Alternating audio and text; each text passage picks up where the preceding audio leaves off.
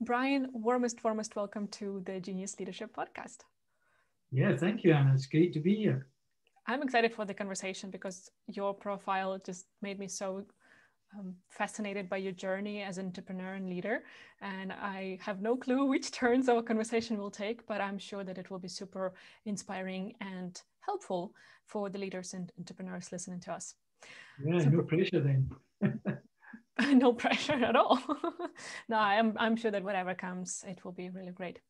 So I usually start the conversation with the question of who is a leader and what is leadership to you? Well, I'm a strong believer in situational leadership. So what happens in different situations demands different leaders. So in the times of war, the UK needed a Churchill, didn't they? Because you need someone that can lead you through these troubled times, where in different times you need a different form of leadership. And really good leaders can morph, almost be chameleon-like, and blend into that background of what's suitable for the situation. But one of the guiding principles for me is that, especially being an entrepreneur, where you have a particular dream and you ask people to join you in your dream room, your business, and they're part of your dream. But what the key for me is, I've found as a business matures, is you get to a situation where the key is not to emphasize to someone how they can be part of your dream, but how you can make the company part of their dream in life, because that's how you get sometimes what people would regard as ordinary people to do extraordinary things. So for me, leadership is how do you get the best out of people, and getting the best out of people is making sure you understand them really inside out to make sure you can make the business part of their dream. That is a beautiful perspective that I think a lot of leaders might miss sometimes. And we talk a lot about the visionary leadership here, how you as a leader are responsible for communicating the vision you see for the company, for the society that you're creating, community. And it's a very valuable perspective to actually say it's not about people jumping onto my ship, so to say, but maybe instead of actually explaining to them like, hey, you have this dream of yours. And by us getting our company to this and that place, you actually will fulfill your dream in this and that way. And really turns everything upside down in a way in the leadership space, and especially in entrepreneurship, I would guess. Yeah, it does. And you see some really fabulous performances from people that you never imagined. And it's always enormously pleasing to watch and learn from as well. Yeah, definitely. Has it been through the experience and your learnings that you've come to this vision, or you've always seen the leadership from this perspective of getting people or serving people with their dreams? Well, I think it comes from a thread that's run all the way through my life, Anna, which really comes from my late dad, who in a difficult situation I was in at the time, managing some people. I was put in charge of a squad of people in a factory where I run a department, and it was a squad of people who were 27 people being made redundant from various departments in a large factory, and they were put into one squad, and I was put in charge of them. So I had 27 people on death row ready to leave the business, but in these days it was pretty unionized, and I had to abide by what had been negotiated, which was they were going to work for 8 weeks. And I had them for 8 weeks doing various tasks of painting this and that and sorting out and filing and doing all sorts of things that you never would get round to. But managing people in death row really demanded a lot of skill and talent. And I remember going to my dad and saying, with some real challenges, to say, I'd been forced with people saying, I'm not doing that. Are you going to sack me twice? So how do you actually get inside the head of someone who's got that sort of meaning and attitude? My dad gave me some great advice. He said, get to know every person as really as deeply as you can, understand what they do in their private life, because there'll be some really interesting people in there. They just are perhaps in the wrong place, but show a real interest in them as a person. And he used a phrase which was, you create a social contract of mutual respect. And that for me has been a guiding principle. If you show a mutual respect towards someone, therefore you are interested in them and what they can do, then I think you get the best out of people. So that's really where, that's the roots of how do you make the business be interested in and how you can help them, and in return the business tremendously. What a powerful lesson that your dad has given you. And talking about your dad, you were describing in your About section on LinkedIn that you had the tough period of the entrepreneurship roller coaster journey when you almost lost everything, including the home and your parents' home, and then soon after you lost your dad. Would you like to go through that period to describe what have been your learnings from that, and how have you been using them in your career afterwards? Yeah, it's a really interesting time now that it's in the past. It's probably the only time in my life where I physically went through a whole day on a Saturday and I could not sit down. Because the consequence of what I had done was so great, I'd never been so worked up about this. And I reflected back on what happened. I had signed a contract. It was a contract for about £800,000 or £900,000 to rewire a rig in the west coast of Africa. And we only turned over about £1 million at the time, so it was a really big contract. It expanded, and it was one of these contracts where we got paid what was called time and material. So I got paid for every person that was on that rig, and I had, in addition to what I paid them, as a margin, and the same thing for material. So it looked like, well, you just couldn't lose on this contract. And whilst we had 10 and 15 people, and I think I made about £50 a day as a margin, and I worked 7 days a week, it was quite good. But when I got up to 70 or 80 people, it was quite a lot of working capital. I put all my savings in there, the house was on the line. And then I remember I was asked by the bank manager, he said, "You're quite a new business. I don't know if we can advance you any more in your overdraft." And I remember saying, "I've got the contract and I've got business coming in. It just takes a while to get paid." He said, "We need a bit more security. Do you have any other assets?" And I said, "Well, there is my mum and dad's house, but I don't know if I could tell my mum and dad that their blue-eyed son was risking their home in order for him to become a millionaire." I said, "I just couldn't do that. I'll need to think about a solution overnight."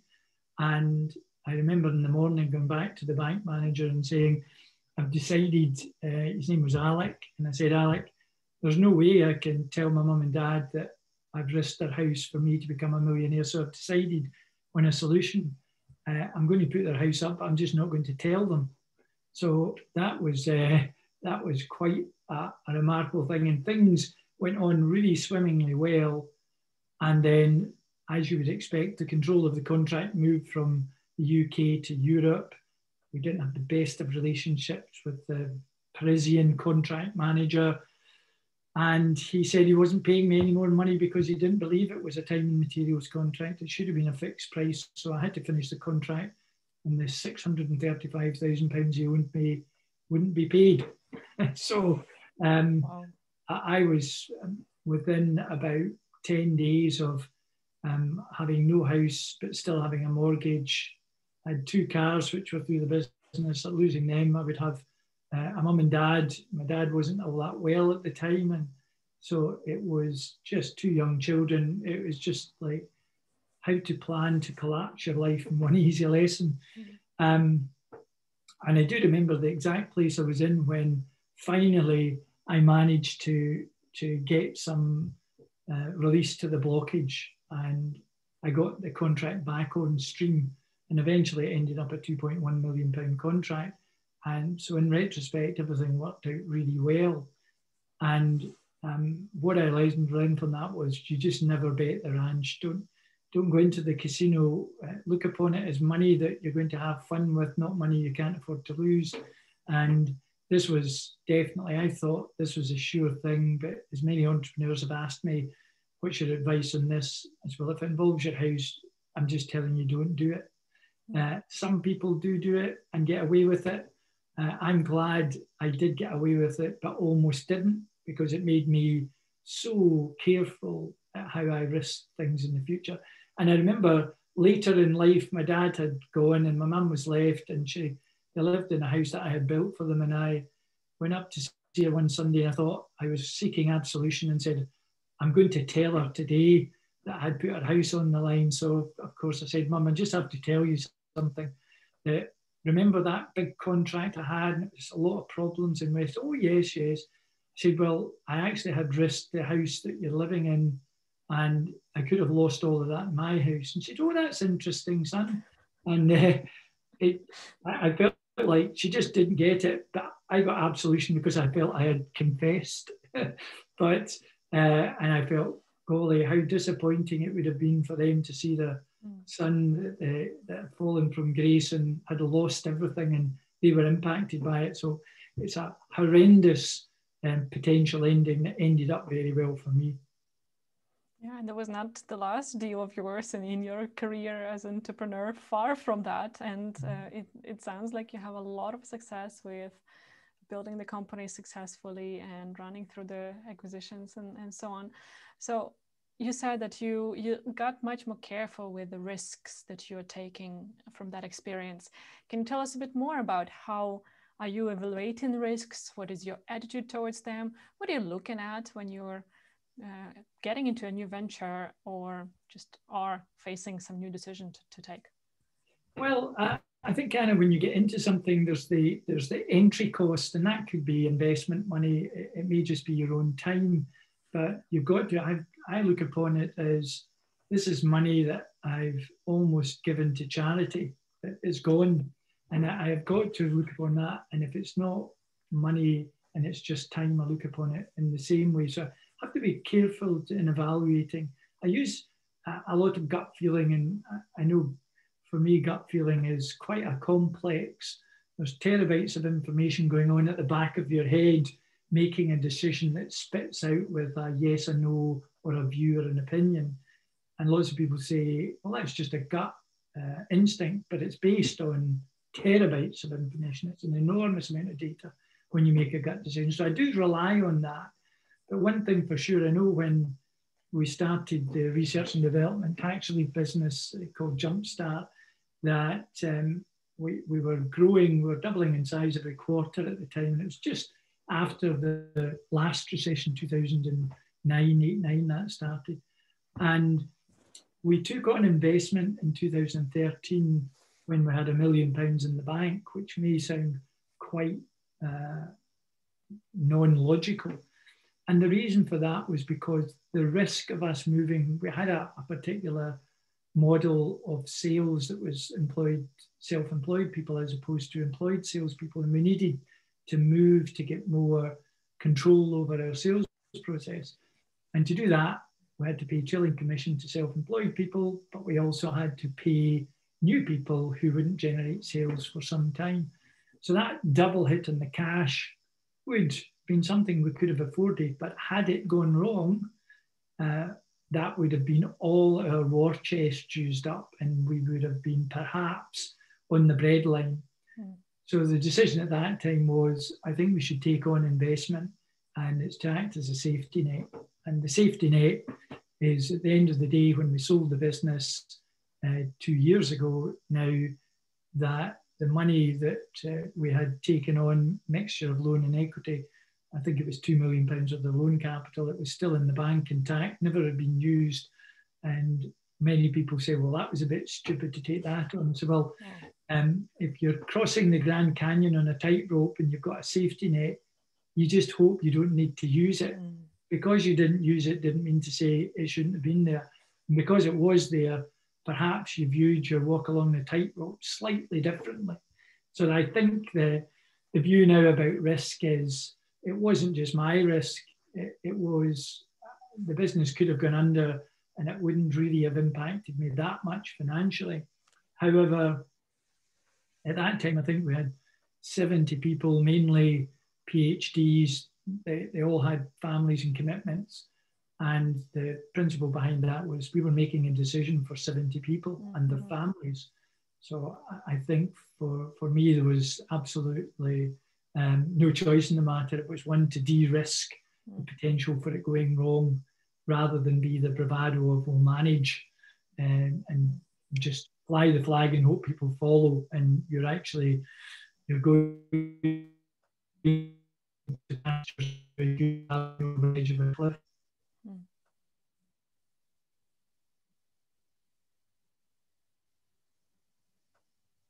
I've lost you for a moment there. Yeah, I think my Wi-Fi said it was unstable, but it seems to be back. Yeah, and now I hear you and I see you well. I really love the comparison or the visualization you're given about the rope and say like walking on the rope, crossing the Grand Canyon and having the safety net. And I think that's something that a lot of entrepreneurs are missing and a lot of leaders are also not thinking about in the corporate world as well. And it's a great visualization to think about it like, okay, your decision is affecting a lot of people. And it's not only you and your income, and it's not even only your employees. It also gets down to their families, for example. They might be the only breadwinner, for example, the primary breadwinner, and then you're affecting potentially the education of their kids and so on. So it really ripples down and like triples down, or how do you say it? Yeah, and that's true about lots of things in life, not just business, socially, how you interact with people, random acts of kindness, all sorts of things that you can impact the world in quite a positive place or quite a negative way because of that ripple effect.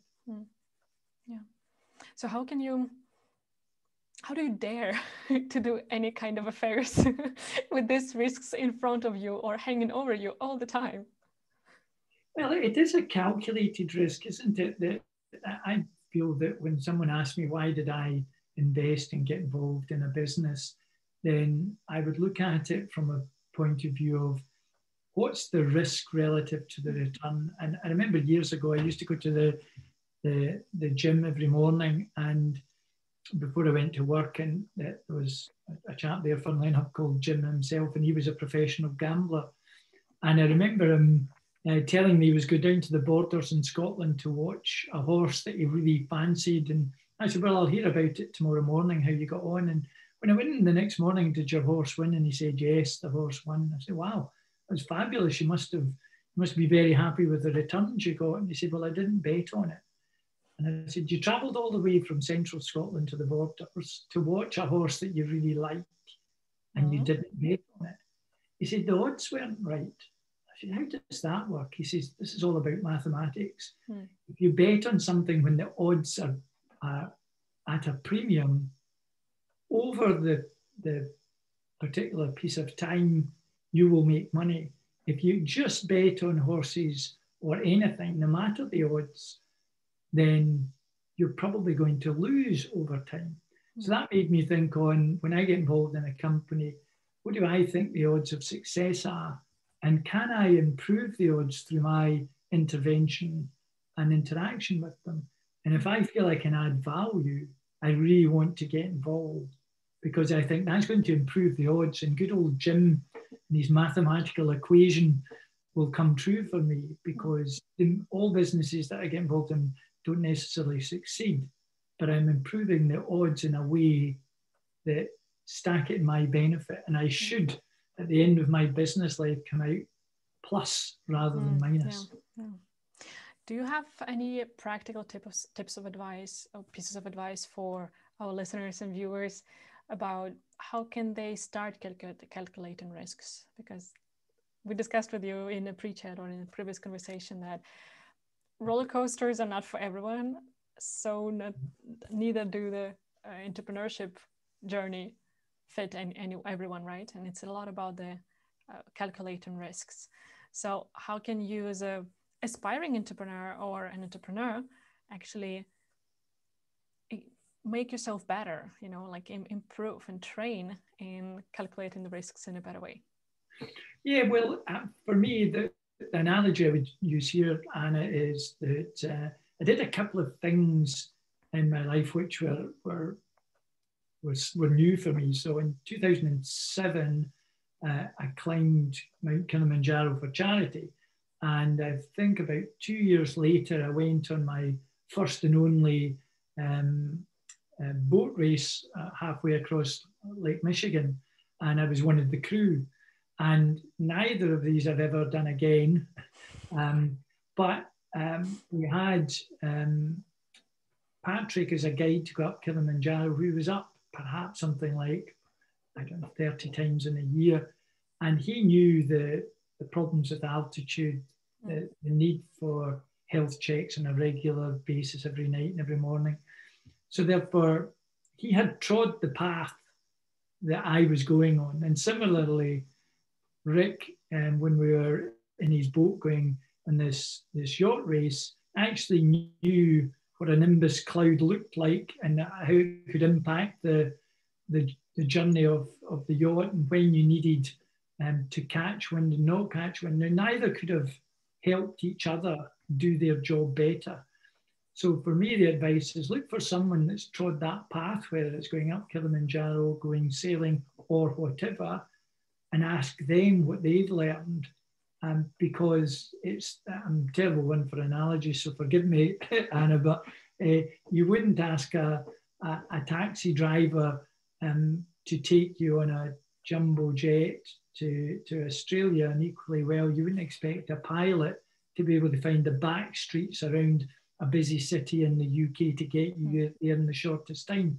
So whilst one may be viewed as having more skill, they've got different experience and they've trod different paths. So depending on your path, you really just want to find someone that's gone where you're going. And that may be in generic or specific terms, and ask as many people as you can about what they've learned. And it's far better to learn from them than learn for things that decisions that you've taken that haven't quite worked out the way you wanted them to.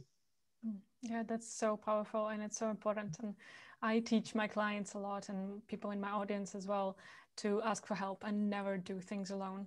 Because quite often when we are leaders, when we're in the top of the organization, we feel like all of the stakes are on our decisions and all the responsibilities are on us. And we just lock ourselves into this state of I'm alone. I need to do it myself. And it's never the case, because just as you say, there is always someone who's done that.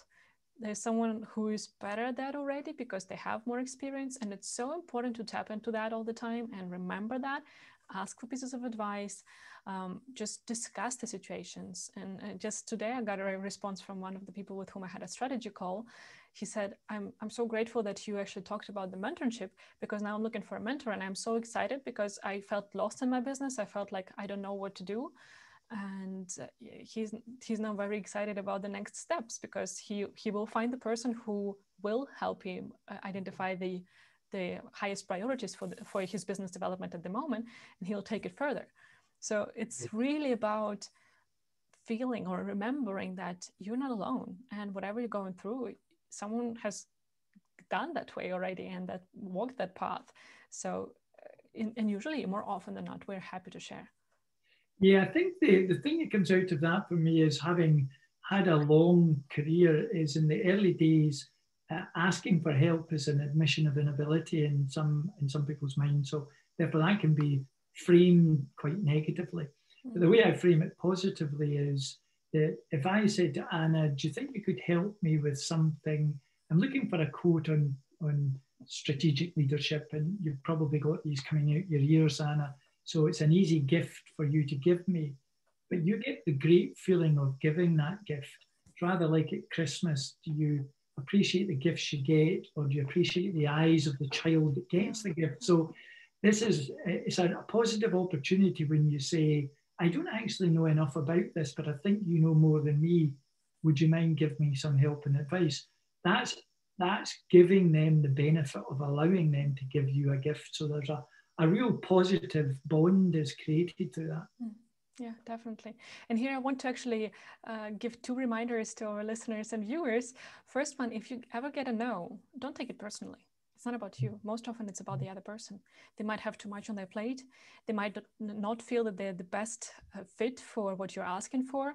So never take it personally, especially if it's someone who you don't really know well. It's not because they didn't like you or didn't like your profile on LinkedIn or didn't like your company. Most often it's just resources, for example, on their part, or a fit. And the second part I would like to emphasize here is what you said. It's very pleasant feeling to give that help and to share our knowledge. And I sometimes say it like when my clients are in a dip and they feel miserable, I say, go and help someone. That's the quickest and the safest way to feel better. Yeah, I agree with it. When you find someone who really is in the worst situation than you, in whatever way, and you help them, you really feel better. It's neuroscience, right? It's in our bodies. It creates different processes and different chemistry in our brains. So it's very powerful to tap into. So if you are being reached out to genius leaders and you're asked for help and support, give those pieces of advice, because that will give you some extra positivity and better chemistry in your brain. Yeah, well, funny, an example sprung to mind as you were just talking about that. It's so true. And when I was in an office in Edinburgh and I was the CEO of an organisation, I was meeting someone from an office round the corner, and we got mixed up about who was coming to whose office. And as it turned out, I had to run out of my office and run round the corner. And as I was running around the corner, there was 3 tourists, American tourists, with a map out, just lost. And I ran by them, and after about 2 or 3 yards, I screeched in my shoes to halt and ran back and said, "You look lost, can I help you?" Mm-hmm. And they said, "We're trying to find a way to the castle." And I very quickly said, "Just follow this road, that road, left, right, and you're there, and you'll see it, and then follow your nose thereafter." Now, that probably took me 60 seconds, and it was 60 seconds later than I would have been. But I went into that meeting feeling really positive. So you're absolutely right. It was for me one of these random acts of kindness that takes no time at all, but boosts your energy just enormously. Yeah. And talking about the random kinds of acts of kindness, one of the previous guests on my show, Joachim Samuelsson, he's the CEO of Crunchfish in Sweden. Mm-hmm. He gave that challenge to our listeners and viewers to do the random act of kindness and see what happens from that. Giving a compliment to someone on the street, for example, whom you don't know, or giving thanks to the cashier in the supermarket when they serve you, and so on. So see, it's a recurring theme here. So if you listeners have heard that challenge and have not taken it on, here is a reminder that that's something for you to do as a homework from Genius Leadership Podcast. It works. It does. It does. So what would be the other great lessons of yours from the whole roller coaster ride of yours, Brian?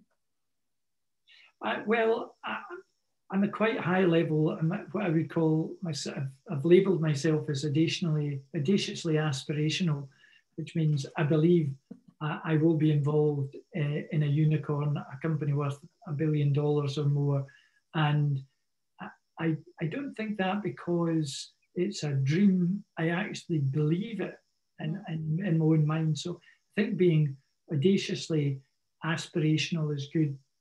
Somehow when you're at that conceptual level, you can lose track of the detail.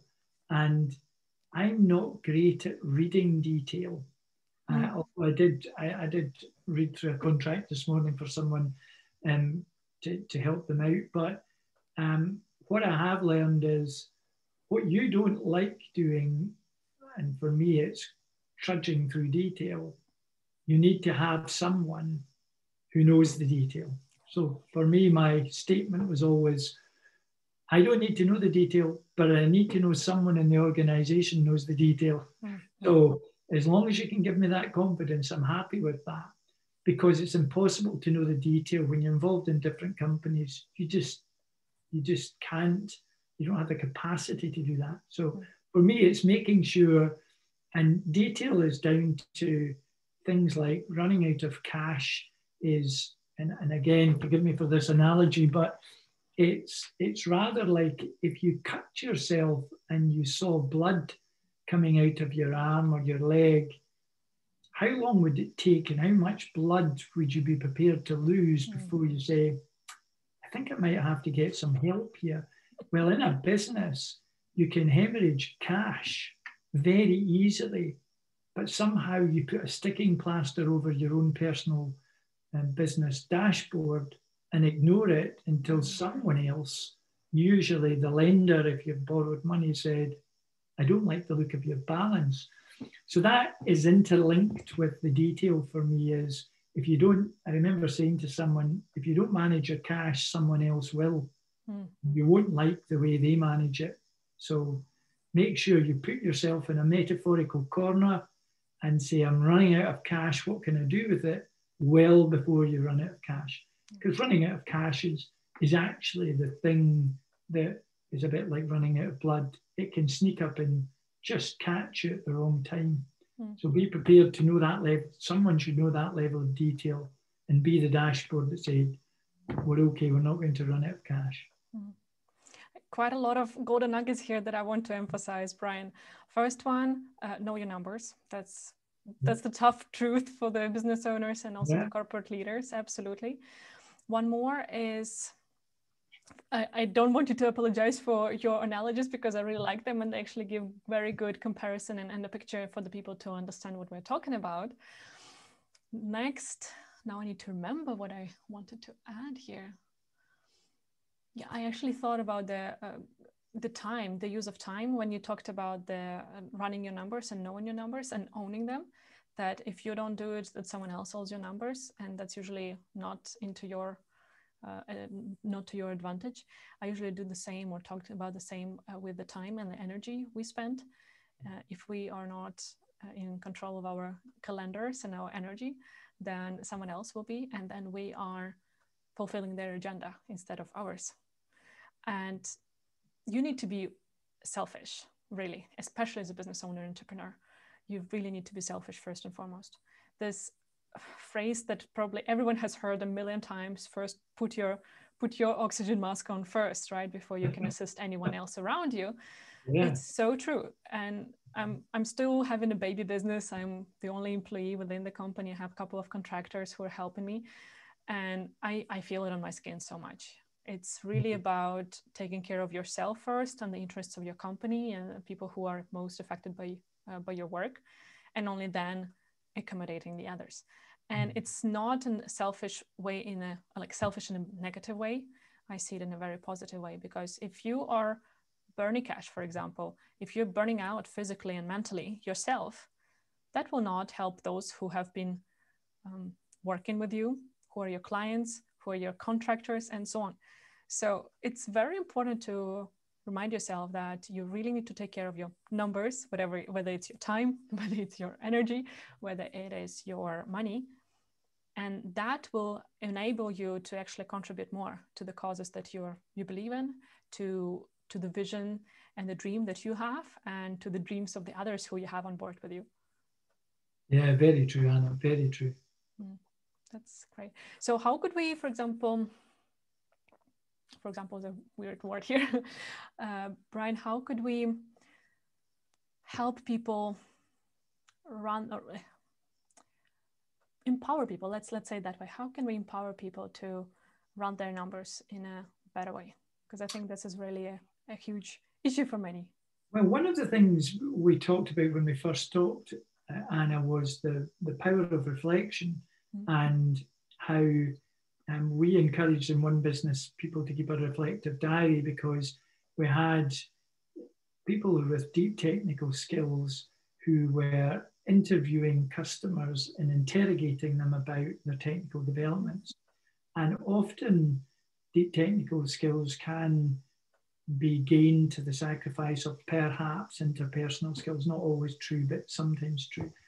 Therefore, the power of reflection would give them the ability to say, did the meeting go well? Why did it go well? Or did you feel it went badly, and why did it go badly?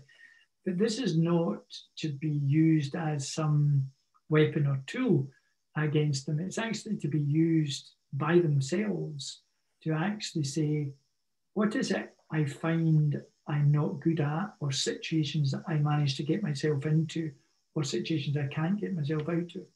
And I think the same thing goes for numbers or anything that doesn't go quite to plan. It's almost as important to find out, how did you get in there?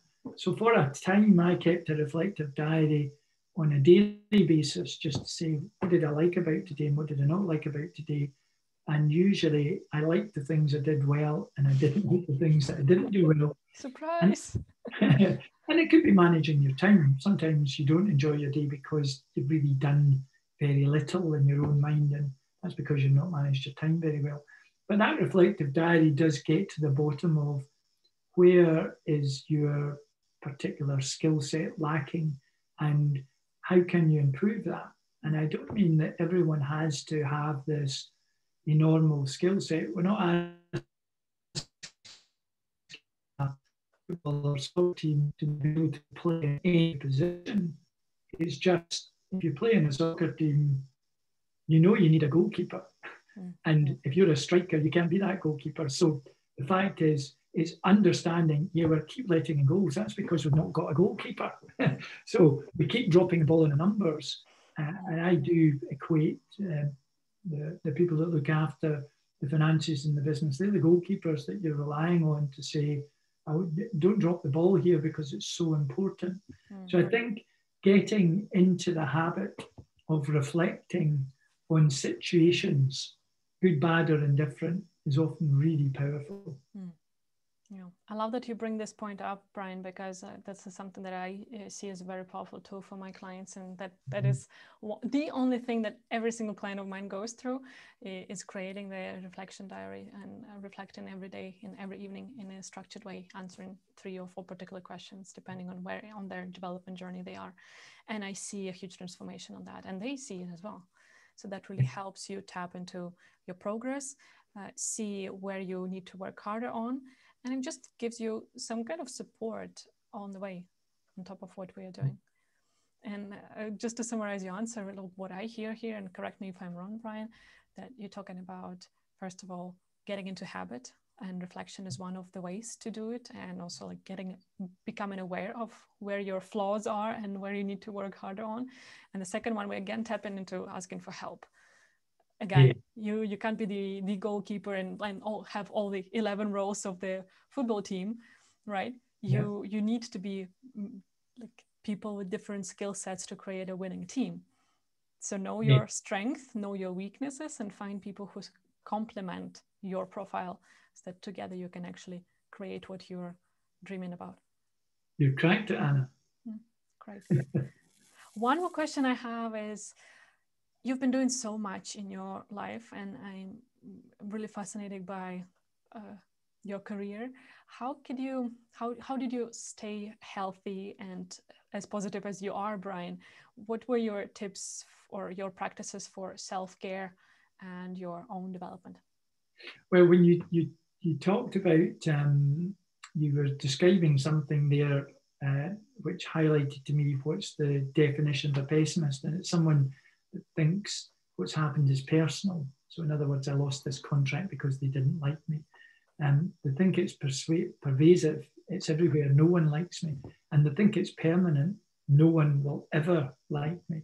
Whereas you just flip these round, I'm an off the scale optimist, which can be a bit of a disadvantage, and as my wife tells me, rather annoying, because I like to look upon, someone was talking in the news the other day there about how during COVID we've seen a massive drop in demand. It's dropped 12%. And I thought, wow, it's actually held up 88%. That's incredible. I thought during COVID, nearly everyone had fallen off a cliff. Therefore, if it had said it had been sustained by 12 rather than 88. So I think there's the reversal of situations, and I've got into the habit of making a positive out of everything. And I know staying healthy was, someone was asking me about my attitude to work, and I did believe that being the last man standing in the business was the right strategy. I was sending the right message, when it was actually quite the opposite, that I wasn't doing my health any good. Energy for me is like butter. If you spread it too thinly, you can't taste it, and you can't go on forever. And I think the example, I chair a business, and we introduced in 2016 a 4-day working week with no drop in wages, but saw a 30% increase in productivity. You think, wow, how could you work fewer hours and end up getting more done? And the analogy I create is you can run 500 meters in a minute if you're a world-class athlete. Therefore, surely it makes sense that you could run 5,000 meters in 10 minutes. You just multiply the numbers by 10. So, no, it takes 45% longer to run 5,000 meters. It takes 14 and a half minutes for a world-class athlete. Therefore, and everyone said, well, that makes sense because we realize our physical limitations. But when it comes to mental limitations, we assume they are limitless. And that for me was, who decided that 5 days a week was the right volume of work? When I was brought up with my dad and he worked in a foundry, he worked 6.5 days and then 6 and then 5.5 and then eventually he worked 5 days. But it only came down, but who's to say we've come down enough?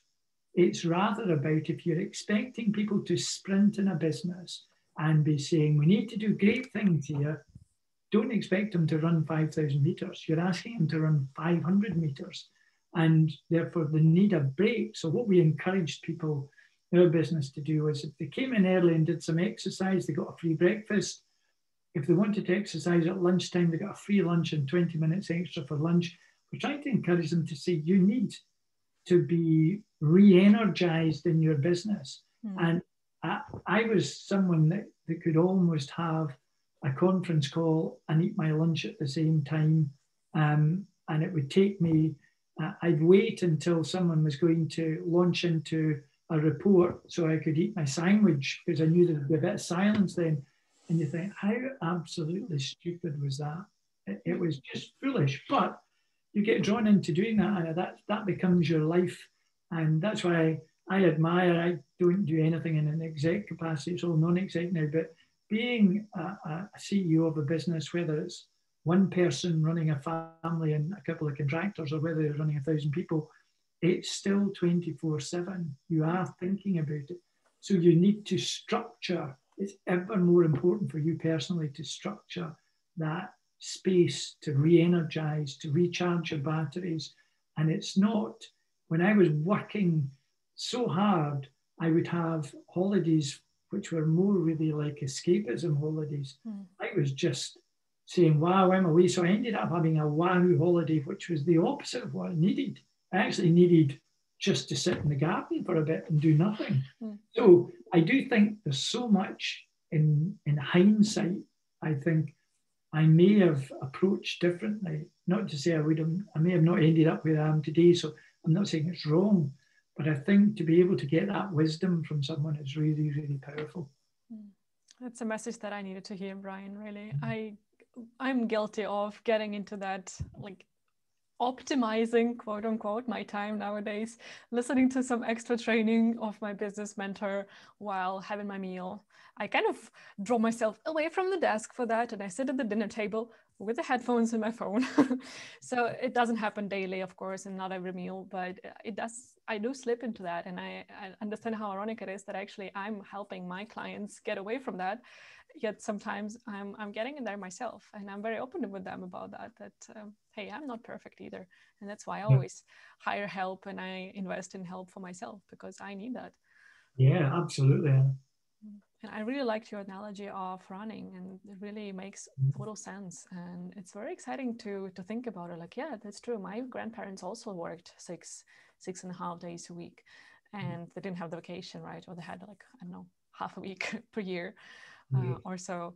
And just the fact that we got down to 5 doesn't mean that we're done. Maybe it goes further, and it should go further, because now we have this mental work, so much of us, and that actually requires totally different resources, and we can't be productive mentally for 8 hours a day, 40 hours per week. No, we can't sprint forever.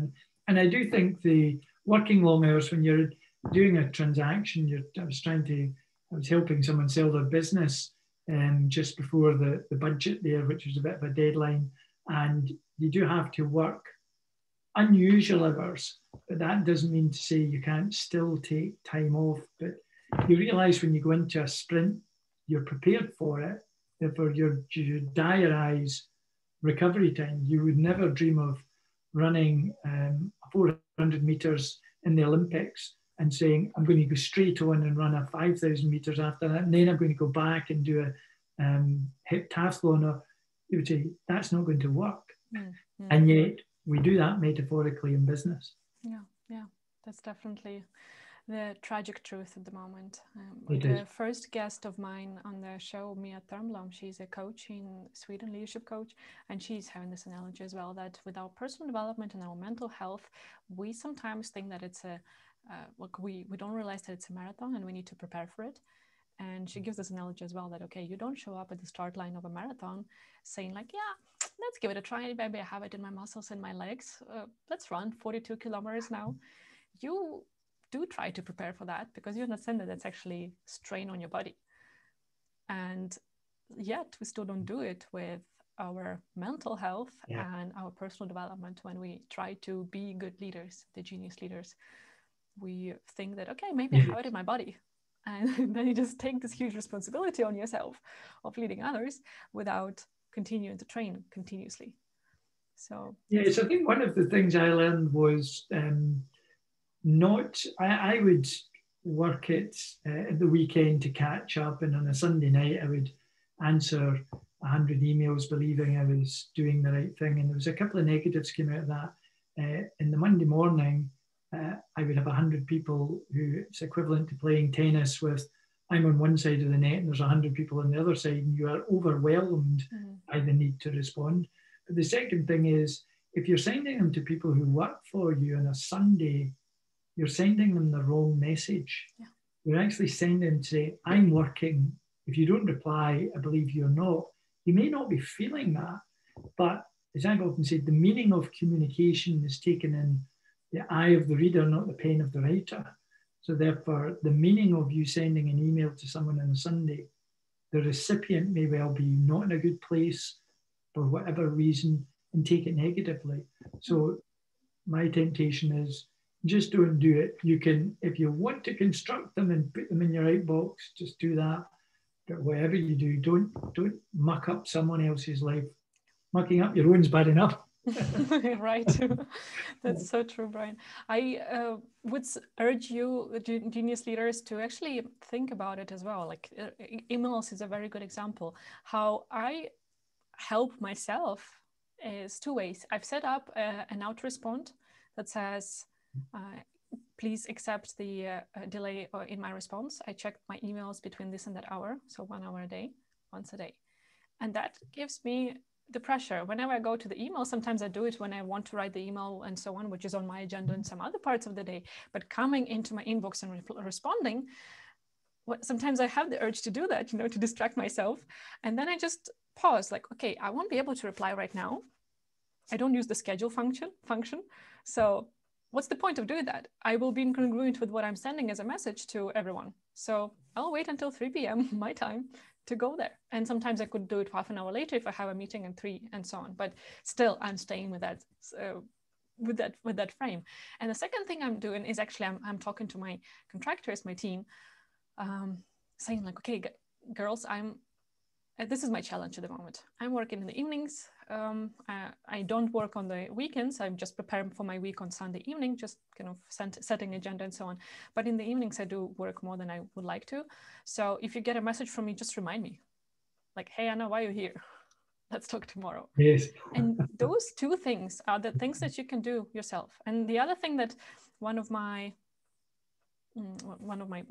people I know, he said that he's met a person who's had a rule that if I have an unread email that is older than 1 week, I just delete it. Right. That it means that it's not important enough. And he was a high manager in the corporation.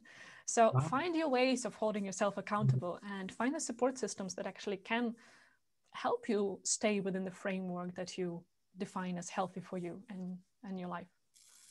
Yeah, that's a great tip. There is that in the world of instant, we are tempted to reply quickly, and I do think giving yourself space and enabling you not to feel self-pressurized into answering, that's a good tactic, that, Anna. Yeah, that's helping me a lot, for sure. Brian, I would like to finish with 3 questions that I usually ask my guests. First one would be, what would be your 3 pieces of advice? And that could be about entrepreneurship, personal development, whatever you want. 3 pieces of advice. Well, I have got, I believe in the world that we live in today, there could be more kindness. And I mean by that, tolerance and understanding are the 2 greatest gifts in life. So to tolerate a situation, understand a person, that if someone honks to you in the car or is perhaps shout at you for a reason, it's not all about you. It can be a lot about them. So I think kindness and giving people the benefit of the doubt is, without doubt, a key piece of advice. Going back to my, I think being audaciously aspirational is great fun. It's rather like, I'm sure you've read quite a bit on the psychology of dreaming, but dreaming for me is a really powerful tool to take you into a great place.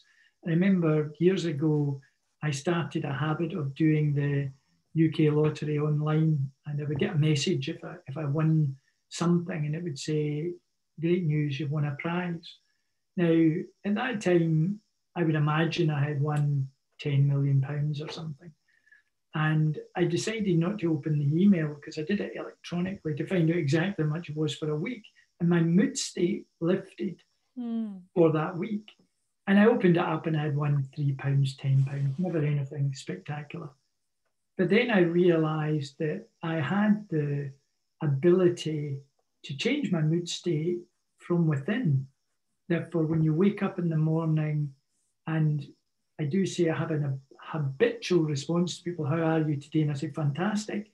And they say, you're always fantastic. And I actually try and live that word of, yeah, I do believe I'm fantastic.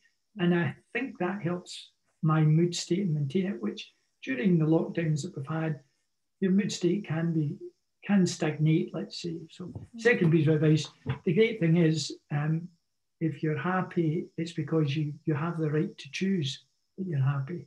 And it's nothing. It's a habit and a choice, right? And I think that the final goes back to my dad's comment is, and it's wrapped into the whole kindness thing for me, is to create that mutual contract, or that social contract of mutual respect, rather, and just deal with every person as if they were, as a minimum, you're equal, and certainly nothing less than that, and be interested in them, because you become an interesting person by the interest you show in other people. And the great thing about it is, when you show interest and I ask you a bit about your life, the things you've experienced, Anna, there's 2 things happen there. One, you feel valued. You feel you get the chance of giving a gift to me. So you do feel valued by it. And guess what? The second thing is, I learn something. And there is no bad thing, because for me, there's only 2 outcomes in everything you do in life. There's either success or learning. There's no other outcome. So learning is never a bad thing. Yeah, I love those tips, Brian. And I really like this term, be audaciously aspirational. I need to practice to say it a bit more, a couple of times, but I really love it. And I will definitely use it in my practice and in my life. Great, thank you. Brian, what would be your one practical tip of advice or actionable step that our genius leaders can take and implement or today after listening or watching? And I'm an entrepreneur that loves entrepreneurship, so I look for key signs and in a marketplace, and I think I have been involved in businesses that have been a solution to a problem that's not yet emerged. So the Sinclair C5 car perhaps would have been a great example, where a great engineer, Clyde Sinclair, produced this miniature car that didn't really solve a problem, it just caused more problems, eventually went bust. But I like to focus on what's the problem that I'm a solution to. And if you research the problem deep enough, you can shape your solution, whatever your business is your product or your service offering, you can shape it better if you understand the problems that are out there that you can be a solution to. So it's an obvious one when you say, I've got a vaccine that will cure COVID with one swift jab. You've got to say to yourself, that's a global problem. You understand it and understand the need for it. Therefore, you're looking for big problems that your product or service can be a solution to, but it doesn't have to start like a vaccine that goes global immediately. Like anything, big fires sometimes start from small embers burning, but always be learning about the marketplace. That's for me is you'll be able to describe your proposition as a compelling one rather than one you're just passionate about. Mm-hmm. Yeah, that's so valuable. I would say it's so. It's also getting very inspiring when you identify what kind of problem am I solving and where can I contribute to this world. And I think many entrepreneurs actually start that way, their businesses, right, out of some pain that they see and they want to solve. But it's good to get reminded about that and also take it on a personal level. It's not gonna necessarily be about your company. What are you personally solving? What problem? That's a great tip, Brian. Thanks a lot. Lastly, if people want to get more of you or get in contact with you, what's the best way of doing that? Best way of doing it, you can go into my LinkedIn profile. It's Brian Williamson. You'll find me. I'm happy if you publish that detail as part of the podcast, Anna. And from there, they can connect with me and get contact details. I'm always happy to be as philanthropic as my diary will permit. That's beautiful. Thank you so much, Brian. Well, I'll definitely put that in the show notes so that people can reach out to you in an easy way.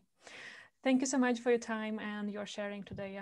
I'm sure that our listeners and viewers have seen and have found a lot of golden nuggets that they will take with them into their careers and personal lives. Yeah, and thank you for listening.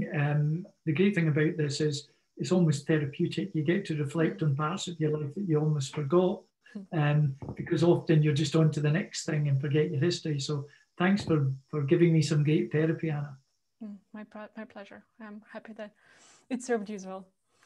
And thank you, everyone of Genius Leaders, for tuning in to listen or watch this, and see you next Wednesday.